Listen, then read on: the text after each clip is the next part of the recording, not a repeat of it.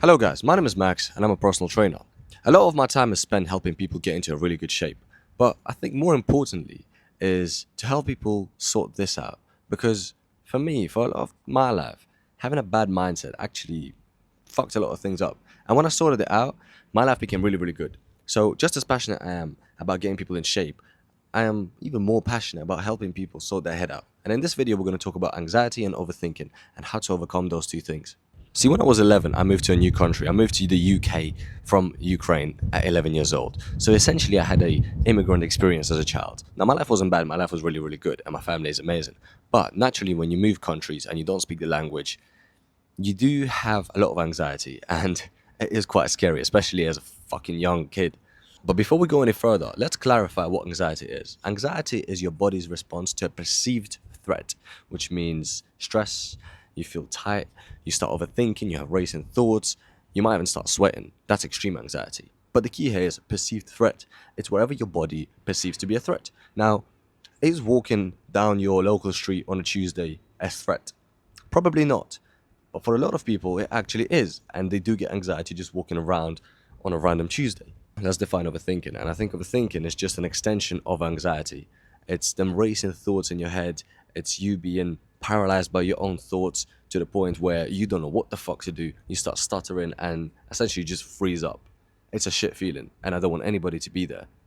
And with that being said, let's go into three things that are going to sort this out for you. Number one is we need to understand what the spotlight effect is, and we need to get rid of that.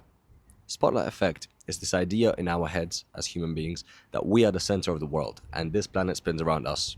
Now, as I'm filming this video, there are people walking down the street walking their dog, there are people doing their shopping, there's a plane in the sky right now, and we're all living our lives separate from each other, not giving a single fuck about one another. But in our own heads, we think that the world cares about us, and everybody knows us, and everybody thinks about us. Let me let you in on a secret. Nobody knows you, and most people couldn't give a toss about you, so nobody's thinking about you apart from yourself, just like everybody else. And that's totally fine, and that's a good thing, because it allows you to do whatever you want, because really and truly, there aren't that many consequences. But it is a big concept to swallow and understand when your whole life you spend thinking that everyone cares about you. Step two is you have to do the scary things so that your body adjusts to them and no longer perceives them as a threat. You see, when I was younger, I used to have a huge fear of rejection. I'd be scared of getting rejected by girls, jobs, dogs, fucking everything. Until I got a sales job. And within like 90 days, I couldn't give a toss about being rejected. It would come back and forth. But as long as I went out and I got rejected that day, by sort of afternoon, I couldn't give a shit if another person says no to me. And what does that tell you? That tells you that we adapt to exposure, just like with everything else. The more you do it, the less scary it becomes. And another thing is, rejection is never really that personal. People could be having a bad day. You might have come at the wrong time. There are a million reasons as to why somebody said no to you. Very rarely is it actually because they don't like you. Sometimes it's just not the right time. And you have to understand that and you have to be okay with it because there is always another try that other person you can go to. I would get on the phones and call up like 100 people. 70 people would say no. 30 people would have a conversation. Maybe 5 would say yes. Now, 95 people said no to me. 5 people said yes. Do you understand that ratio? Do you really get it?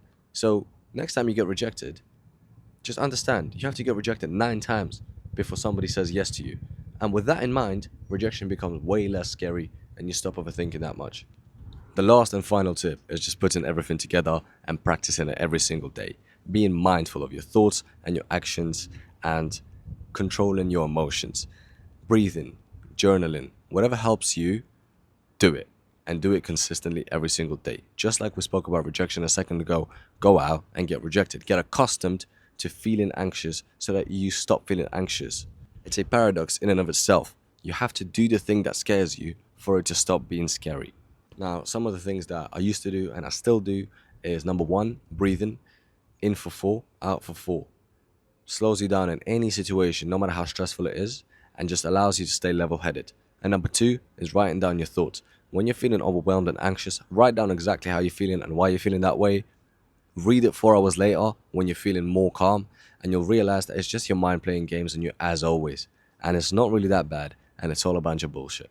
Please take these 3 things away and practice them for 30 days. I promise you, you will have a whole new life to experience because as soon as you get over anxiety and overthinking, it's as if you become limitless. The whole world opens up and these opportunities just come out of nowhere.